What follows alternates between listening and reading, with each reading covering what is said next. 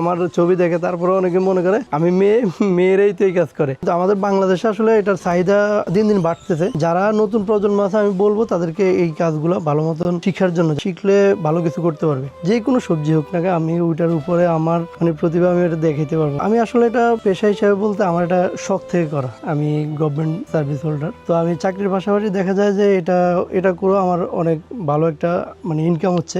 যখন আমি এটা সেট আপ করি তখন অনেকেই মনে করে এগুলা একদম বাস্তব রিয়েলিস্টিক ভাব মনে হয়। যেমন আমি পদ্ম করি বা গোলাপ করি বা যে ফুলগুলা করি সবগুলোই আমার বাস্তবসম্মত মনে হয়। এ পর্যন্ত যাই করেছে সবকিছু হচ্ছে আপনার ওয়েডিং এর বা আপনার গায়ে হলুদের বা বিভিন্ন অনুষ্ঠানের এই কাজগুলো করছি। তবে হ্যাঁ, আস্তে আস্তে হয়তো দেখা যায় আপনার একটা ফুলের বাকেটের বদলে এরকম একটা বাকেট দিল, অনেক আনকমন একটা জিনিস হবে আর কি। তো এটা সামনে হবে ইনশাল্লাহ। আপনি যে ডিজাইনগুলো আমার দেখছেন, আমি এই ডিজাইনগুলো আবার করতে পারবো না, আপডেট হবে কিন্তু ওই আগেরটার মতন হবে না। তো দেখা যায় আমাকে গোপালগঞ্জে কাজ করতে গিয়েছিলাম, তখন আমাকে ক্লায়েন্ট বলছিল একরকম করতে, আমি কিন্তু ওইখানে বসে অন্যরকম করে ফেলছি। উনি আমার বলতে ভাই আমি না আপনাকে এটা বলছি, আপনি তো এটা করলেন। আমি আপু আমার মাথার মধ্যে যেটা আছে আমি ওইটাই করি। এই কাজটা করতে হলে আমি সকাল 7টা বা 8টার সময় বসি, 6 থেকে 7টা ডিজাইন করতে হয়। তো দেখা যায় ওই ডিজাইনটা করতে গেলে আমার একটানা কাজ করতে হয়। যেখানেই কাজ করতে যাই নিজে দেখে নিজে বাজারে গিয়ে এগুলা কিনি। যে ক্লায়েন্টে আমাকে বলে যে আমি কিনা দেবো, আমি তাদেরকে বলে যে আপনার কিনলে আমার এটা হবে না, কারণ আমি আমার মতো করে কিনতে হবে এবং আমি যেভাবে ডিজাইন করবো আমি ওইভাবে যখন আমি দেখবো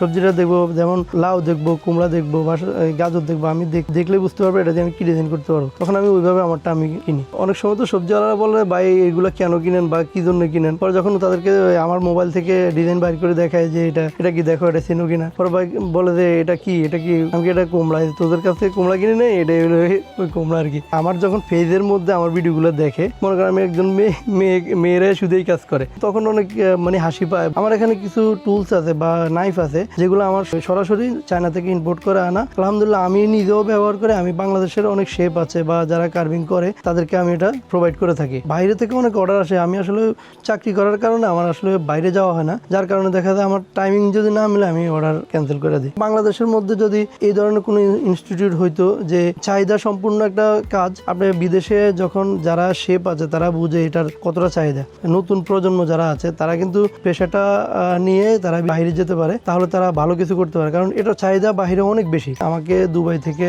2বার অফার করা হয়েছিল দুবাইতে যাওয়ার জন্য, 3,500 দেরহাম স্যালারি দিবে। তার ধরেন আমার যদি উনি 3,500 দেরহাম দেয়, উনি আমাকে দিয়ে ইনকাম করবে আরো বেশি। আমার সাথে দুবাইয়ের অনেক বাঙালি অনেকে আছে এই কাজ করে, ওনাদের সাথে আমার যোগাযোগ হয়।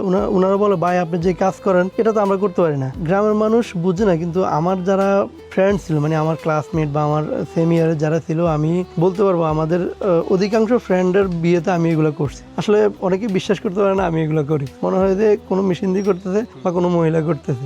এক সময় কি হয়েছে, ধরেন আমাদের গ্রামের হলুদের অনুষ্ঠানগুলোতে কি চাচি মা বা যারা আছে, হ্যাঁ খালা বা ফুফু, এরা কি করতো ওই যে ফের মধ্যে আপনার এই টুথপিক দিয়ে করতো, আঙ্গুর করতো, করে নিত, এরকম ভাবে করতো। কিন্তু এগুলা যখন হয়েছে, এগুলো এখন মানুষ দেখলেই মনে করে এগুলো কি দিয়ে